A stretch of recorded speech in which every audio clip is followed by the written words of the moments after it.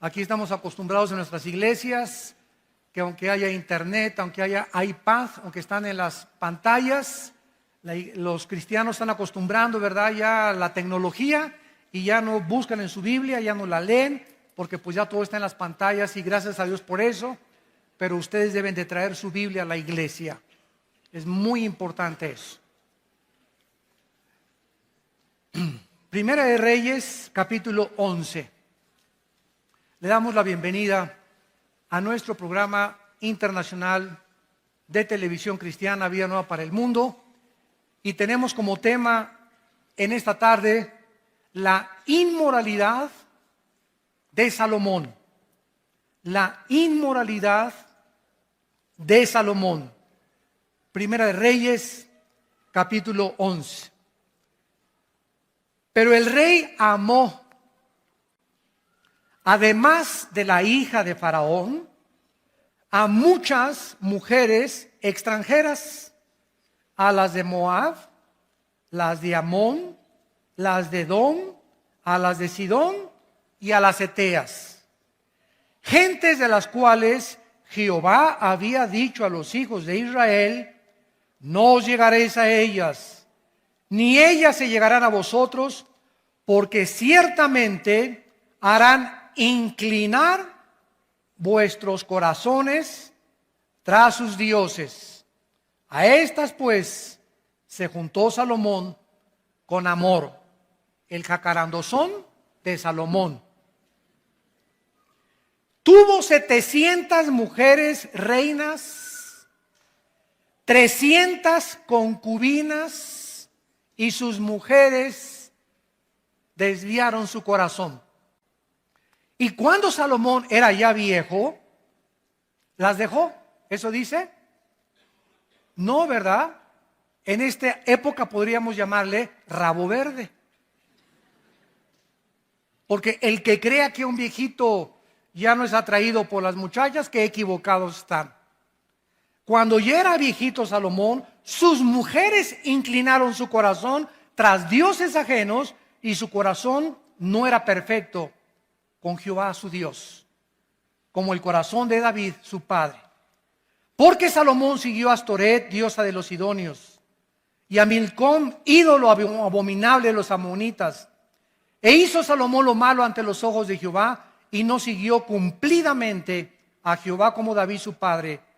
Edificó Salomón un lugar alto a Quemos, ídolo abominable de Moab, en el monte que está enfrente de Jerusalén, y a Moloc, ídolo abominable de los hijos de Amón. Así hizo para todas sus mujeres extranjeras, las cuales quemaban incienso y ofrecían sacrificios a sus dioses. No cabe duda que una de las cosas más maravillosas que Dios nos ha dado es el sexo. El sexo es precioso, maravilloso, encantador, celestial, usado dentro de la esfera del matrimonio y nunca fuera del matrimonio. Dios ha puesto una limitación en todas las cosas que nos ha dado. Nos dice Dios: puedes dormir, pero no te pases de 8 horas. Puedes comer, pero ponle un cuchillo a tu garganta y no abuses de los alimentos. Puedes disfrutar el sexo, pero solamente te permito usarlo dentro de la dimensión para lo cual lo diseñé, y dentro de la esfera donde el hombre es responsable de la mujer y la mujer es responsable de dejarse tocar solo por su marido. Cuando nosotros nos salimos de las limitaciones y de las prohibiciones que Dios ha establecido en su palabra, acarreamos sobre nuestra vida destrucción, amargura, tristeza, lágrimas y maldiciones inimaginables. Si una persona busca el placer continuamente sobre Dios, sobre su familia y responsabilidades, entonces el placer se convierte en un monstruo que acaba devorándonos. Y es un placer que estás alimentando y alimentando con la pornografía o con viendo a las mujeres o desnudándolas de los ojos, de los pies arriba, etcétera, etcétera. Pero cuando te das cuenta, hay un monstruo dentro de ti ya que te tiene totalmente atado y dominado y que posiblemente sea la causa por la cual Dios ha impedido las bendiciones sobre tu vida. De la misma manera, las riquezas y el lujo no son pecado. No es pecado ser rico, ni ser millonario, ni tengas envidia porque un hermano llega en un Mercedes-Benz, o porque un hermano llega en un BMW, o porque alguien trae un Ferrari. Si la envidia fuera tiña, como dice el dicho mexicano, ¿verdad? ¿Cuántos estarían tiñosos? Sin embargo, hay muchas personas que tienen el derecho de traer un Mercedes-Benz y un carro. ¿Por qué? Porque en la misma proporción le dan a la obra de Dios. Porque no solamente los ricos son avaricientos, sino que hay pobres que son peor de avaricientos y de codiciosos que los mismos ricos. Entonces la avaricia y la codicia no solamente es de los ricos, también es de los pobres. Es que yo no tengo para darle para Dios, eres un codicioso y ambicioso, y como dijo don Teofilito, y ahí te quedarás en la mediocridad porque no has entendido que al darle a Dios, Dios te puede bendecir y multiplicar la cosecha. Pero por tu incredulidad y tu avaricia no puedes jamás llegar a comprarte más que tu bochito que traes. Y aunque no es pecado tampoco, ¿verdad?, traer bochito, no tengas envidia de los que tienen un carro o una casa más lujosa que tú. Hay millonarios en Estados Unidos que gracias a ellos ganan $1 millón al mes y dan 600, 700 mil dólares al mes a los misioneros y a las iglesias en el mundo entero, y viven con 300 mil dólares al mes. Y como ve Dios que le dan más del diezmo y más, y el dinero no lo guardan y lo guardan y lo guardan y lo guardan, Dios los sigue bendiciendo porque Dios está buscando instrumentos a través de los cuales canalizar sus bendiciones al mundo. Pero si Dios te da y le echas y le echas y le guardas y le guardas y ahí va a llegar un momento en que se cierra la llave y todo lo que tienes aquí se va a hacer un agujero y se te va a salir. O vas a gastar pagando en un secuestro, o vas a gastar en un accidente o en el hospital, pero el diablo va a venir por lo que guardamos y le robamos a Dios. Porque o se lo damos a Dios o se lo damos al diablo. Y más vale que se lo des a Dios, porque el devorador viene a arrebatarnos lo que ya perdió, la bendición sobre Dios. La vida de Salomón es un ejemplo poderoso y trágico de lo que le puede suceder a cualquier persona que se abandona a los placeres de la vida y se olvida de Dios. Salomón alcanzó bendiciones inimaginables de Dios, de prominencia, de reputación internacional y de una sabiduría que la Biblia dice en el Nuevo Testamento que después de Cristo, el hombre más sabio que ha existido desde Adán y Eva se llama Salomón. Pero los placeres y el lujo acabaron con los talentos y los dones que Dios le dio a Salomón y comenzaron poco a poco a minar su corazón hacia Dios, a debilitar más y más su carácter, acabando por destruir su vida espiritual. Vamos pues a nuestro pasaje y vamos a analizar en primer lugar las dos principales causas de la caída de Salomón. Y antes les recuerdo lo siguiente.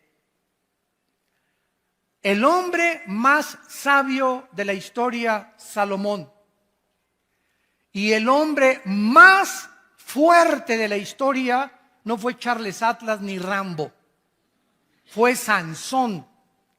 Al hombre más sabio de la historia y al hombre más fuerte de la historia los derrotó una mujer. Y las mujeres, por otro lado, se podrán dar cuenta el poder tan grande que existe en ustedes sobre nosotros. Una mujer derrotó a Sansón, Dalila, tu sobrina, y a Salomón, no solamente una, ¿verdad?, sino que se sirvió con la cuchara grande, como lo vamos a ver.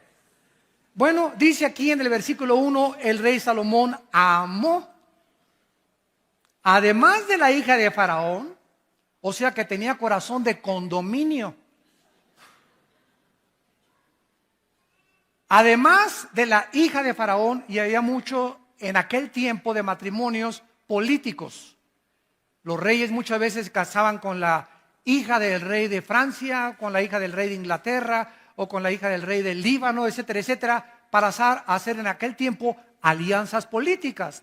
Y muchos matrimonios eran forzados. Solamente se casaban, ¿verdad?, por mantener una alianza política y unirse política y diplomática y económicamente como naciones. Salomón, además de la hija de Faraón, amó a muchas mujeres extranjeras de Moab, de Amón, de Edom, de Sidón, a las Eteas.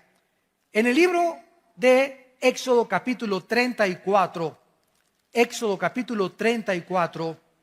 Dios había prohibido a los reyes, a los que le conocían como Jehová, a los que habían entendido que eran regidos por leyes, aparte civiles, leyes espirituales, les había prohibido lo siguiente. Éxodo 34, versículo 12, guárdate, les dijo Dios, de hacer alianza con los moradores de la tierra donde has de entrar, para que no sean tropezadero en medio de ti.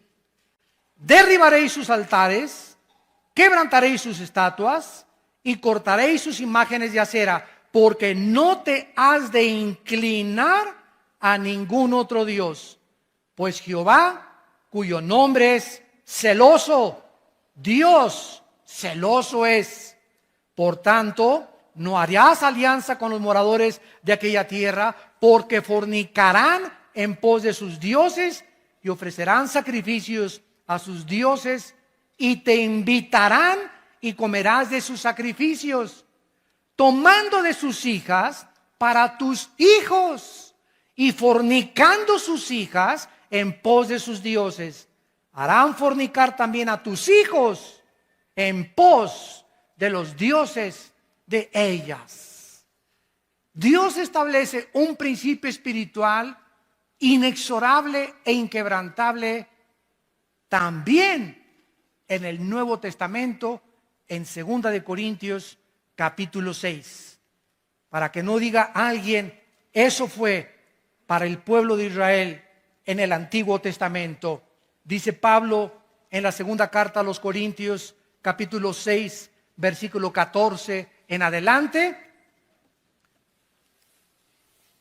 no se unan en yugo desigual con los incrédulos, porque ¿qué compañerismo tiene la justicia con la injusticia?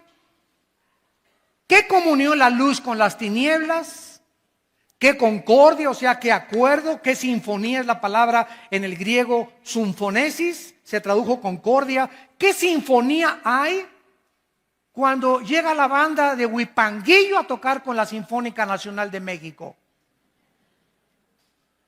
Imagínense la novena sinfónica de Beethoven y llegan a la banda de Huipanguillo, ta, ta, ta, ta. Inmediatamente te das cuenta, ¿verdad? Aquí no hay ritmo, no hay armonía, ¿verdad? No hay musicalidad. Exactamente se usa esta palabra, que no hay sinfonía, porque tú estás ta, ta, ta, y la otra está tocando la nueva sinfonía. Pero si tú eres cristiano, tú estás con la sinfonía de Beethoven y llega la otra que increíble, ta, ta, ta, a desbalancear tu vida, a sacar tu vida, a cambiarte tu cultura, a cambiarte tu enfoque, a contaminarte, y finalmente acabas sirviendo a la religión y a los dioses o a aquellos que tiene la persona equivocada en tu vida. Dice la Biblia en el versículo 16: y qué acuerdo entre el templo de Dios y los ídolos, porque ustedes son el templo del Dios viviente, como Dios dijo. Vamos a seguir esto y explicarlo más claramente para que podamos entender y proseguir con nuestra conferencia. Si yo soy cristiano, estoy bajo el gobierno de Dios, que es la luz. Dios es luz. Sin embargo, el cristiano puede salirse del control de Dios en el momento en que rompo sus leyes y me introduzco inmediatamente otra vez de donde me sacó Dios. Paso otra vez como cristiano, aunque no pierdo la salvación, a estar bajo las tinieblas. Cuando estoy en las tinieblas, en el momento que una muchacha me gusta y yo soy cristiano y me caso inclusive con ella, en ese momento me meto al terreno donde ella está. ¿Por qué? Yo no puedo estar así. No podemos servir a dos amos. En el momento en que yo acepto mi compromiso con una persona que no es cristiana, estoy saliéndome lógicamente de los mandamientos de Dios. Estoy ya en desobediencia, porque Dios me dice en su palabra que yo no me case con una mujer que no sea cristiana o con un hombre que no sea cristiano. Entonces, al estar en el mundo de las tinieblas, pero yo me sigo llamando cristiano. Bueno, en el Antiguo Testamento así les pasó a los sacerdotes. Decían a Baal lo adoraban e iban al templo a adorar a Dios. Tú puedes decirte llamando lo que tú quieras, pero tú vives en desobediencia a Dios. Y en ese momento, las tinieblas conquistan tu corazón. En lugar que digas, pues se va a convertir. Es que es mejor que muchos cristianos. Y no es tan hipócrita como muchos muchachos que he conocido en la iglesia. Y tal vez a los 6 meses tiene otra religión, pero lo voy a convencer.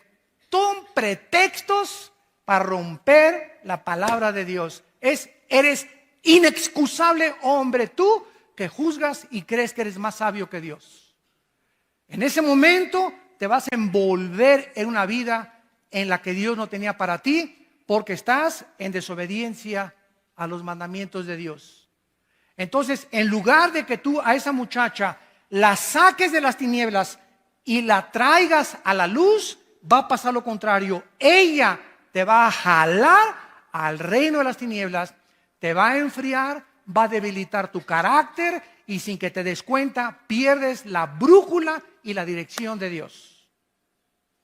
Tenemos que entender, porque Dios nos dio una mente inteligente para que comprendamos por qué hay sabiduría detrás de todos sus mandamientos. Cuando cuando un padre le dice a un hijo, no vayas a un antro, no le digas, te prohíbo ir a los antros.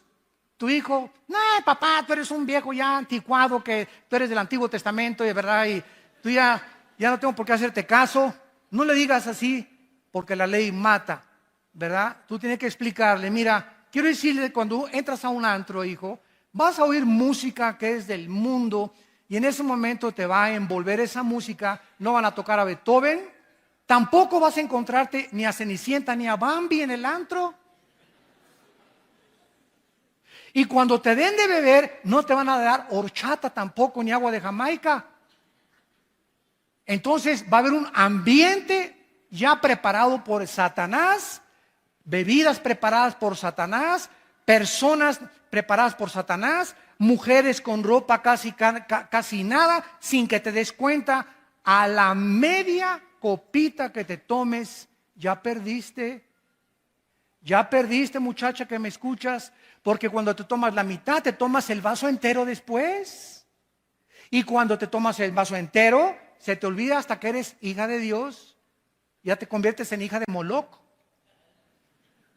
Ya dejas que tu novio te haga lo que quiera, te dejas tocar, te dejas acariciar al movimiento y al grito y al medio ambiente, y cuando te das cuenta, ¿verdad? No sabes ni con quién amaneciste.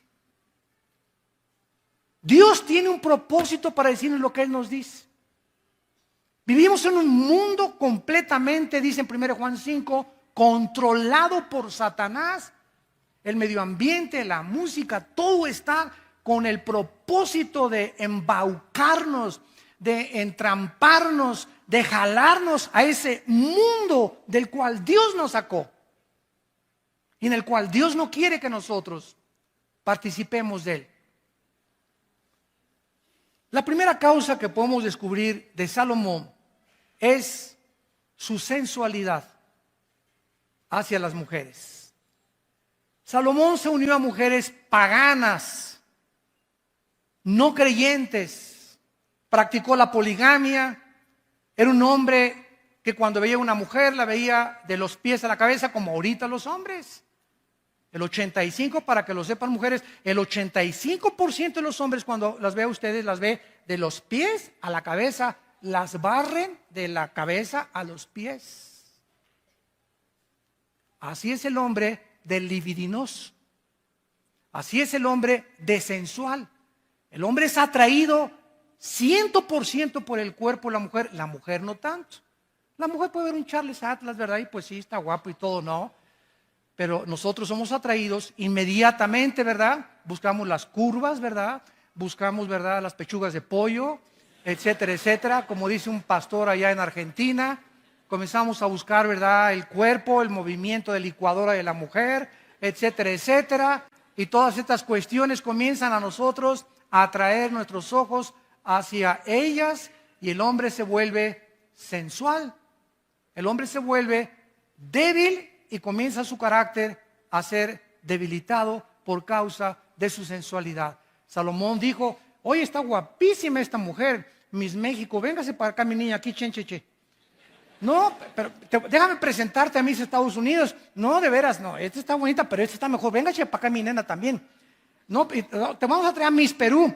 Ahora, imagínense ustedes, tú dices, bueno, Salomón, ¿verdad? Pero si tú tuvieras el dinero de Salomón, la fama de Salomón, el poder de Salomón, no lo culpemos. Cualquiera de nosotros hubiera hecho lo mismo. Porque separados de Cristo, nada podemos hacer. Si no hacemos lo que hacemos ahorita, y muchos hombres no lo hacen, es porque no han tenido la oportunidad de hacerlo. Porque por la gracia de Dios hemos sido librados de tentaciones. Pero hay otros que han caído porque se han olvidado de Dios. Y al salirse de la luz, son presa de las trampas de Satanás. Porque Dios promete en 1 Corintios 10:13 que ninguna tentación nos ha sobrevenido que no sea humana. Sino que fiel es Dios, el cual cuando venga la tentación, si estás en la luz, ojo, si estás en la luz y en la mañana oraste y en la mañana leíste la palabra de Dios y viene doña tentación a tocarte la puerta, mandas a Jesús a que le abra la puerta, no la abres tú. Y Dios te libre la tentación porque sabe librar Dios, 2 de Pedro 2:9, a los piadosos. Pero si la tentación te agarra fuera de la luz, viviendo en las tinieblas, en desobediencia a los mandamientos de Dios, te vas con la tentación. Así, por más santo y más espiritual que te creas, la carne es débil, débil, débil, débil, débil. No juguemos con doña Coqueta. Vemos pues que Salomón desobedece estas leyes de Dios y además vean estas frases en el versículo del 2 al 4. Versículo 2, regresamos a 1 Reyes 11, le dice Dios: harán inclinar tu corazón. Versículo 3, desviarán tu corazón.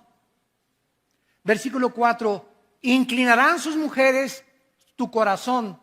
Versículo 4, su corazón finalmente no era perfecto para con Dios. Vamos a explicar esto. El corazón en la Biblia se traduce en el hebreo con la palabra lev. L de Lola, E de Enrique, B de Víctor. Lev. En el Nuevo Testamento es la palabra cardios con K. De ahí viene la palabra cardíaco o cardiovascular, etcétera, etcétera. Entonces, la palabra corazón significa el asiento de mis emociones, de mis sentimientos, de mi voluntad y de mi intelecto. En el momento en que mis emociones son atraídas por otra persona que no es mi esposa, o por un muchacho que no es cristiano, o por una muchacha que no es cristiana, mis emociones son infectadas. Mis sentimientos me comienzan a engañar porque engañoso es el corazón más que todas las cosas. ¿Quién le conocerá? Y una vez que estás debilitado emocionalmente, debilitado sentimentalmente y debilitado emocionalmente, caes fácilmente y tu corazón acaba apartándose de Dios. le das a esa mujer el lugar de Dios. La conviertes en una diosa. Conviertes en ese hombre en un Dios. ¿Quién es un ídolo? Cualquier cosa que nos robe los afectos, nuestro tiempo y nuestra devoción a Dios. Puede ser el fútbol, pueden ser las mujeres, puede ser tu amante, puede ser tu esposo, puede ser el dinero, puede ser el placer, cualquier cosa a la que yo le dé más tiempo, más devoción y más dedicación que a Dios es un ídolo. No solamente una estatua a la cual me inclino, algo que ha robado el primer lugar de Dios en mi corazón. En segundo lugar, vemos nosotros que aparte de que el corazón es el centro de nuestras emociones, en el libro de Oseas, en el Antiguo Testamento, capítulo 7, versículo 9, dice la Biblia: devoraron extraños su fuerza, y él no lo supo. Canas le han cubierto, y él no lo supo.